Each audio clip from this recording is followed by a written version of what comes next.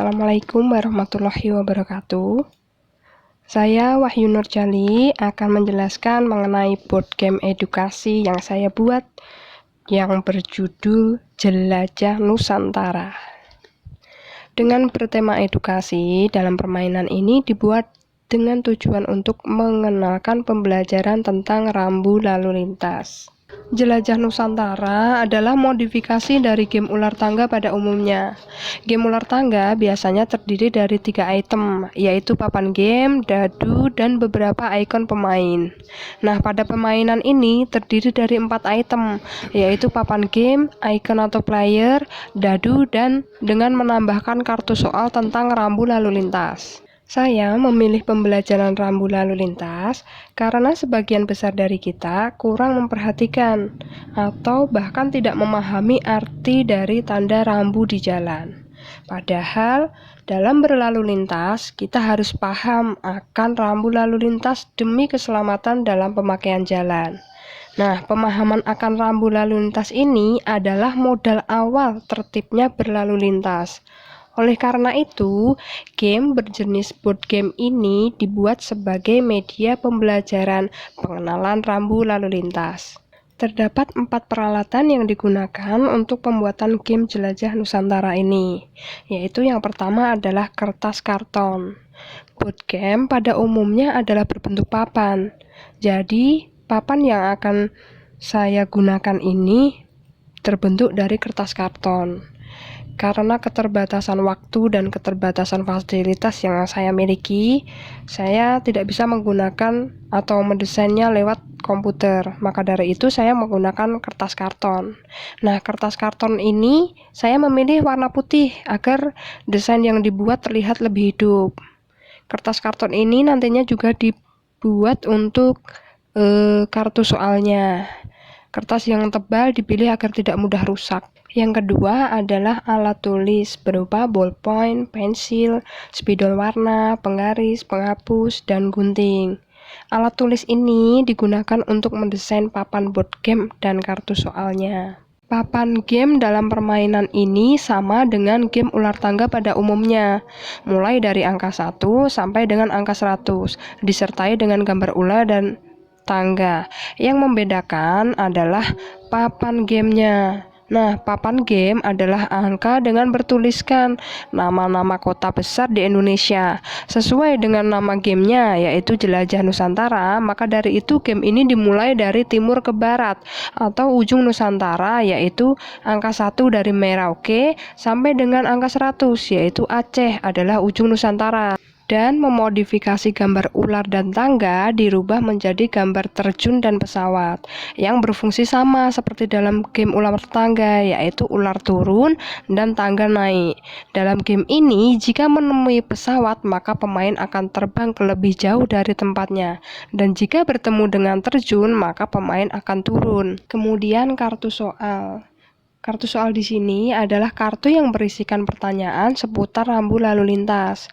Kartu soal tersebut terbagi atas 6 jenis kartu soal, mengingat bahwa rambu lalu lintas terdiri dari 6 jenis rambu lalu lintas, sehingga dibuat menjadi 6 jenis kartu soal rambu lalu lintas. Dalam kartu-kartu tersebut disediakan gambar di balik kartu di satu sisi. Nah, sisi yang lain adalah pertanyaan dan jawabannya mengenai hal-hal rambu lalu lintas. Warna latar kartu dibuat berbeda-beda untuk menunjukkan nomor rambu dan jenis rambu. Seperti rambu nomor 1 adalah rambu peringatan. Saya buat dengan warna latar kartu dengan ungu. Rambu nomor 2 adalah rambu larangan. Saya buat dengan warna latar kartu merah. Rambu nomor 3 adalah rambu perintah. Saya buat dengan warna latar kartu biru. Rambu nomor 4 adalah rambu petunjuk dengan warna latar hijau. Kemudian rambu nomor 5 adalah rambu tambahan dengan warna oranye. Yang terakhir adalah rambu nomor 6, yaitu rambu rute nomor jalan. Saya buat dengan warna latar kartu kartu kuning. Yang ketiga adalah dadu. Dadu ini digunakan sebagai dasar untuk jalannya permainan ini. Dalam permainan ini menggunakan satu buah dadu saja. Yang terakhir adalah icon. Icon ini digunakan sebagai peran pemain atau icon pemain yang biasanya disebut dengan player. Icon ini berupa alat transportasi dan atau dapat berupa bentuk orang dengan berjumlah 4 bentuknya yang berbeda-beda tapi fungsinya tetap sama. Nah, dalam tutorial ini nanti saya menggunakan alat transportasi berupa mobil alat berat. Cara memainkan permainan jelajah Nusantara ini sangatlah mudah, sama seperti permainan ular tangga. Siapa yang paling cepat sampai puncak adalah pemenangnya. Pada permainan ini, siapa yang paling cepat sampai ujung Nusantara adalah pemenangnya. Biasanya, permainan ular tangga hanya dibutuhkan keberuntungan saja, tetapi dengan memodifikasi permainan ini menjadi jelajah Nusantara, kita tidak hanya membutuhkan keberuntungan saja, tetapi kita juga membutuhkan kepintaran agar sampai pada ujung Nusantara paling cepat. Nah, mulai dari pemain pertama mengkocok dadu terlebih dahulu. Angka lemparan dadu yang muncul menunjukkan nomor jenis kartu soal yang harus dijawab. Jadi, pemain lawan membukakan kartu soal yang ditumpuk, dibuka dari atas sesuai dengan jenis kartu soal.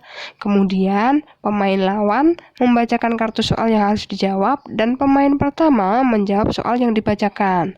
Jika jawaban benar, maka pemain boleh melangkah sesuai jumlah angka lemparan dadu tadi. Jika jawaban salah, maka pemain tidak diperkenalkan untuk melangkah maju, melainkan melangkah mundur sesuai dengan jumlah angka lemparan dadu yang muncul.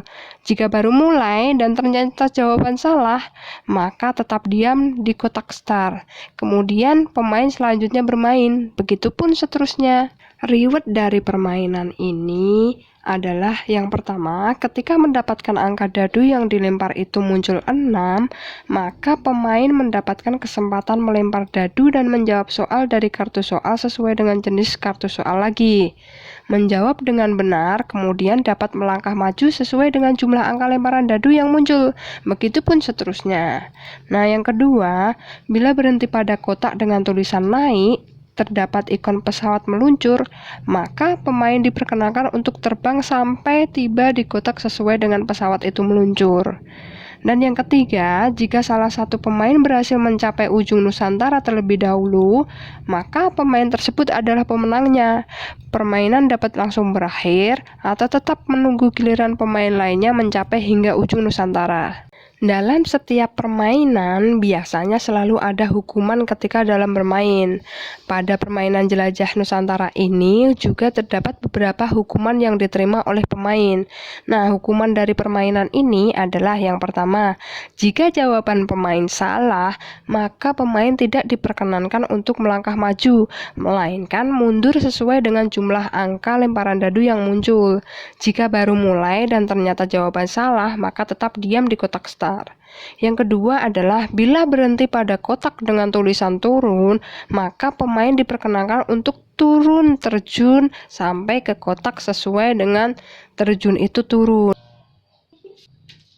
3. Wajib mengikuti arah ke kiri. Benar. Jalan.